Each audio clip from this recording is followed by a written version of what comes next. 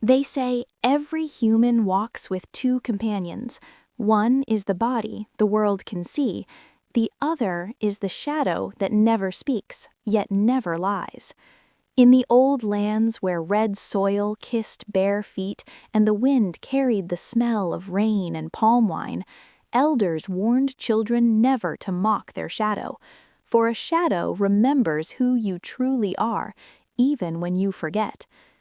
In a village wrapped between forest and river lived a young girl named Zola. From the day she learned to walk, people noticed her, not only because she was beautiful, but because she moved as though she expected the world to make space for her. Her skin glowed under the sun, her laughter rang louder than others, and her eyes always searched for admiration. As Zola grew, admiration followed her like drums in a festival. Women whispered her name, men turned their heads, children stared. Wherever she went, praise walked beside her. At first, she enjoyed it quietly, but praise, when swallowed every day, becomes hunger, and hunger demands more. Zola stopped greeting elders properly. She laughed when poorer girls passed. She refused to help her mother grind grain, saying her hands were not made for rough work. "Why should I bend," she would say, "when the world already bows?" Her shadow still followed her then, stretching and shrinking faithfully beneath the sun. One afternoon, when the sky burned white and the earth felt tired, Zola walked to the river. She wore her finest cloth, though she was only fetching water. She enjoyed the way her reflection shimmered on the surface. But when she stood and turned away, something strange happened. Her shadow did not move. Zola stopped.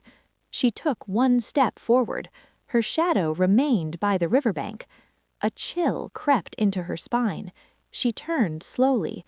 There it was, dark, clear, shaped exactly like her, standing still, as though rooted to the earth. "Stop playing games," Zola whispered, laughing nervously. She waved her arm. The shadow did not wave back. Fear crawled into her chest.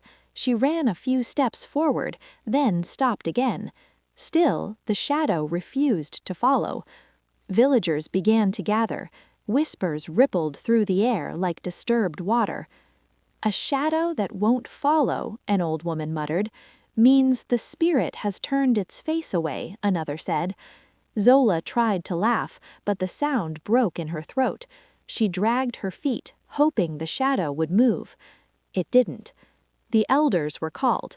The oldest among them, bent like a tree that had survived too many storms, stared long at Zola and her unmoving shadow.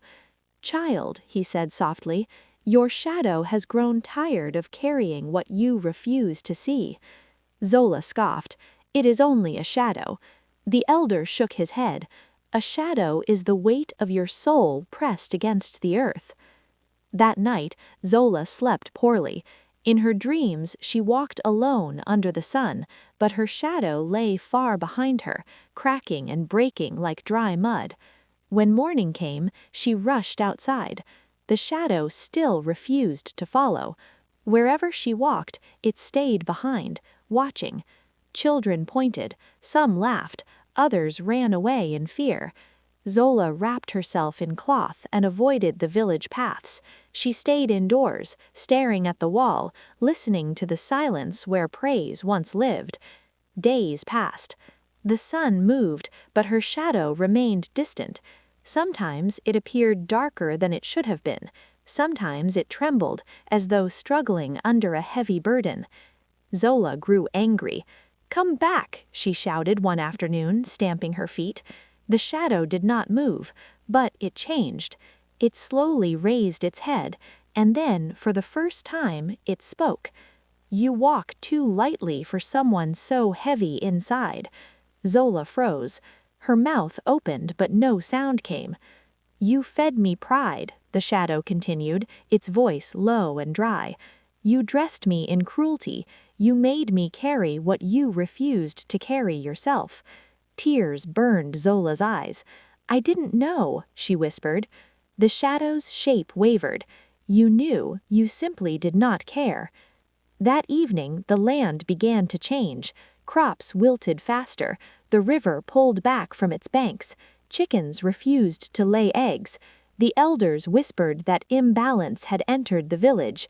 They came to Zola's hut at dawn. Your shadow has broken the harmony, the elder said.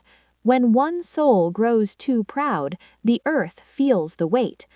Zola fell to her knees. For the first time, no one rushed to lift her up. What must I do? She asked, her voice small. The elder pointed to the forest. You must walk until your shadow chooses to follow again. Zola entered the forest alone. The trees closed behind her like silent witnesses. Thorns tore her fine cloth. Her sweat darkened her skin. Her feet ached, but she walked on. Behind her, the shadow dragged itself slowly, still refusing to match her steps. Along the path, she met a woman struggling with firewood. Zola hesitated, then helped her carry the load. The woman smiled and blessed her. The shadow shifted. Later, Zola found a child crying beside the road. She knelt, wiped his tears, and led him home. The shadow moved closer. Days passed like this. Zola slept on hard ground. She shared food when she was hungry. She listened when others spoke, without interrupting. Each act pulled the shadow nearer. One night, exhausted, Zola collapsed beneath a tree and wept. I am tired, but I am trying.